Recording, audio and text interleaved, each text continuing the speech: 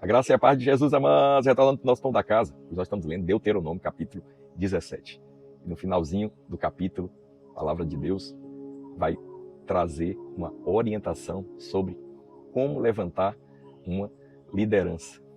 Sim, porque o texto diz, quando vocês entrarem na terra que o Senhor teu Deus te dá, e vocês desejarem um rei, vocês não vão colocar alguém que Deus não escolheu. Então essa é a primeira característica daquele que é chamado para liderar. Ele foi escolhido por Deus. E a percepção disso não é uma percepção meramente exterior. E é por isso que nós estamos no corpo de Cristo. Então, através do Espírito Santo, o corpo de Cristo percebe aqueles que Deus está levantando para liderar. E lá no meio dos israelitas, naquele tempo, eles não tinham um espírito de maneira permanente, habitando. Então, com certeza, para eles era o mais difícil escolher. Por isso, a figura profética tinha que entrar em ação para apontar aquele que Deus estava escolhendo. Mas ele dá outras instruções. Ele diz que essa pessoa, ela não deveria ter uma vida de relacionamentos errados. Por isso ele diz que não deveria ter mulheres no plural. Ele não deveria levantar para si, aí falando da posição já maior de liderança como rei. Ele não poderia ter para si muitos cavalos, nem juntar para si muito ouro ou prata.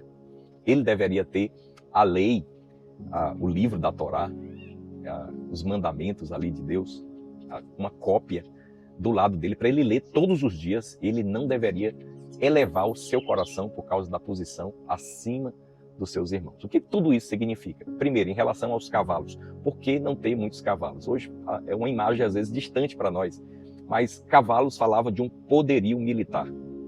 Quer dizer, uma confiança numa coisa externa. A palavra de Deus diz assim, uns confiam em cavalos, né? Mas nós confiamos no Senhor, não confiamos na nossa força. Então, essa pessoa que vai liderar, ela não pode confiar na sua força e nem em coisas externas. A confiança dela é baseada em Deus, no seu chamado, na escolha de Deus, na confiança que Deus está trazendo ali ao seu coração através da fé. A segunda coisa é que ele não poderia ter relacionamentos errados, né? Uma vida promíscua, relacionamentos que não apontam, que não testemunham de maneira correta o Senhor, né? Para o Senhor. Ele não poderia ter esse lugar. Outra coisa era ele ser ganancioso, quer dizer, uma pessoa que junta ouro e prata para si. Sabe assim, Deus vai fazer transitar muita riqueza através de você.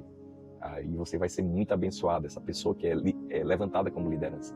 Mas as riquezas, elas não são levantadas simplesmente para nós. Ele diz que o rei deveria ter esse coração também.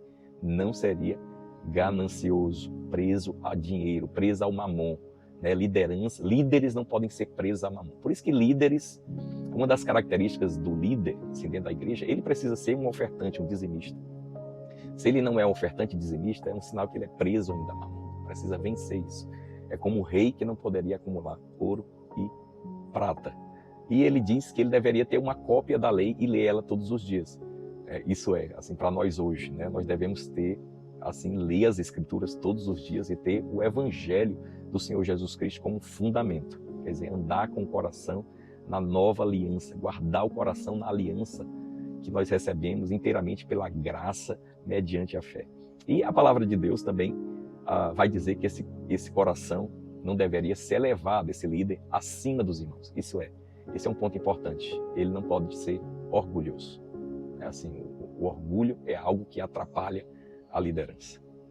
Jesus se apresenta de todas as características que Jesus vai mencionar a respeito de si, e ele menciona poucas. A Bíblia fala tudo a respeito dele, mas Jesus mesmo pronunciando, ele fala poucas qualidades a respeito dele. Mas quando ele fala, ele diz, aprendei de mim que sou humilde e manso de coração. A maior característica, uma das maiores características de um líder vencedor é a sua humildade.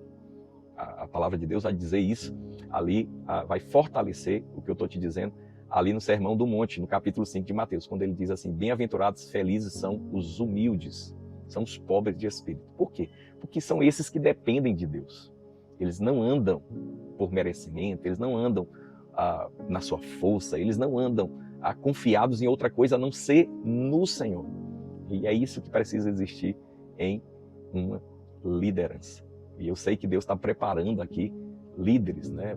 Lideranças dentro das suas casas, lideranças em empresas, lideranças dentro da igreja.